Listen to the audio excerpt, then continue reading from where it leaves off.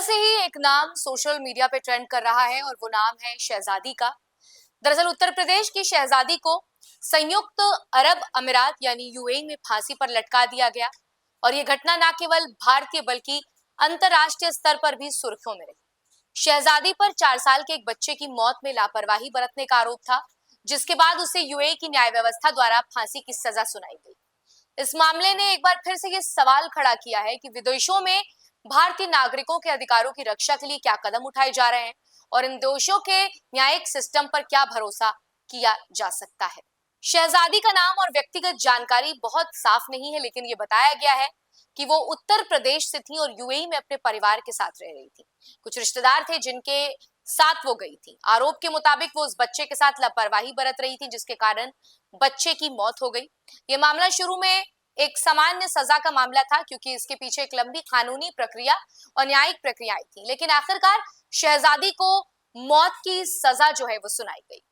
फांसी की सजा और भारतीय विदेश मंत्रालय का बयान भी सामने आया है, जहां पर भारत सरकार के विदेश मंत्रालय ने एक बयान जारी करते हुए कहा है कि शहजादी को फांसी की खबरें उन्हें 13 दिनों के बाद मिली, जिसका मतलब है कि भारत सरकार को इस मामले में हस्तक्षेप करने का ज्यादा मौका नहीं मिला। जब तक भारत सरकार को इस मामले की जानकारी मिली, तब तक शहजादी की फांसी हो चुकी थी और उसे बचाया नहीं जा सका। विदेश मंत्रालय ने यह भी कहा कि वो हमेशा अपने नागरिकों और सुरक्षा और उनके अधिकारों के लिए काम करते हैं, लेकिन इस मामले में वो समय पर हस्तक्षेप नहीं कर सके। दुनिया भर में बंद हैं भारतीय नागरिक। हालांकि शहजादी की मौत एक दुखद घटना है, लेकिन एक और गंभीर मुद्दा ये भी है और दूसरी तरफ इशारा करती है कि दुनिया भर में 10,000 से ज्यादा भारतीय नागरिक जो हैं विभिन्न देशों में जेलों में बंद हैं। इनमें से कईयों को विभिन्न अपराधों में आरोपों में सजा मिली है, लेकिन कुछ ऐसे भी हैं जिनके खिलाफ कोई साफ आरोप नहीं है या जिनकी सजा की प्रक्रिया जो है वो विवादित रही। भारतीय विदेश मंत्रालय ने मामलों पर काम कर रही है और उन नागरिकों की सहायता के लिए कानूनी प्रक्रियाओं को आगे बढ़ा रही है, लेकिन कई मामले में जटिलताएं जो है वो अब भी बनी हुई है। कानूनी मदद और सुधार की जरूरत है। ये घटना और ऐसे अन्य मामले इस बात को उजागर करते हैं कि विदेशों में भारतीय नागरिकों को उनके कानूनी अधिकारों की जानकारी और मदद मिलना बहुत जरूरी है। सरकार की ओर से लगातार कोशिशें की जा रही हैं, लेकिन दुनिया भर में भारतीय नागरिकों की जेलों में बंद करने वाले देशों के साथ बेहतर समझौते और कानून व्यवस्था की जरूरत है, ताकि भारतीय नागरिकों को न केवल न्याय मिले बल्कि उनकी मानवाधिकारों की रक्षा भी हो सके। इस प्रकार शहजादी की फांसी की घटना ने न केवल एक दुखद व्यक्तिगत हादसा है, बल्कि भारत सरकार के लिए एक वार्निंग भी है कि विदेशों में बंद अपने नागरिकों की सुरक्षा और अधिकारियों की रक्षा के लिए ठोस कदम उठाए जाएं। आपको बता दें कि इस साल लोकसभा में सरकार ने जानकारी दी कि दुनिया के 86 देशों में 10,192 भारतीय नागरिक विभिन्न आरोपों में बंद हैं। सरकार का कहना है तो शहजादी के केस के बाद से ही लगातार कई तरीके के सवाल उठ रहे हैं और उन भारतीयों की चिंता भी बढ़ गई है जो दूसरे देशों में रोजगार के लिए जाते हैं, किसी सूरत पे कानून के दांवपेच में फंस जाते हैं।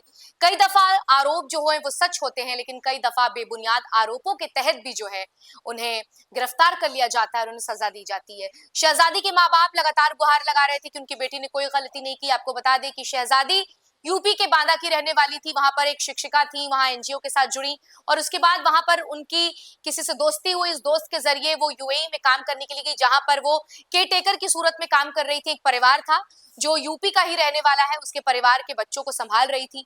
उसके बाद एक दिन अचानक से 4 साल के बच्चे की मृत्यु हो जाती है और परिवार का आरोप रहता है कि शहजादी की लापरवाही की वजह से ही बच्चे की जान गई है। और तब से ही यह कानूनी दांवपेच। बीच में खबर आई थी कि शहजादी की फांसी को रोकने के लिए जो है सरकार कड़े कदम उठाएगी। तमाम मीडिया जगत के बड़े चैनल्स ने भी मुहिम छेड़ी कि शायद किसी सूरत से शहजादी को जो है शायद इससे मुक्ति मिल सके, लेकिन आज जो ये खबर आ रही है और इस पर चर्चा हो रही है कि शहजादी को फांसी दे दी गई है।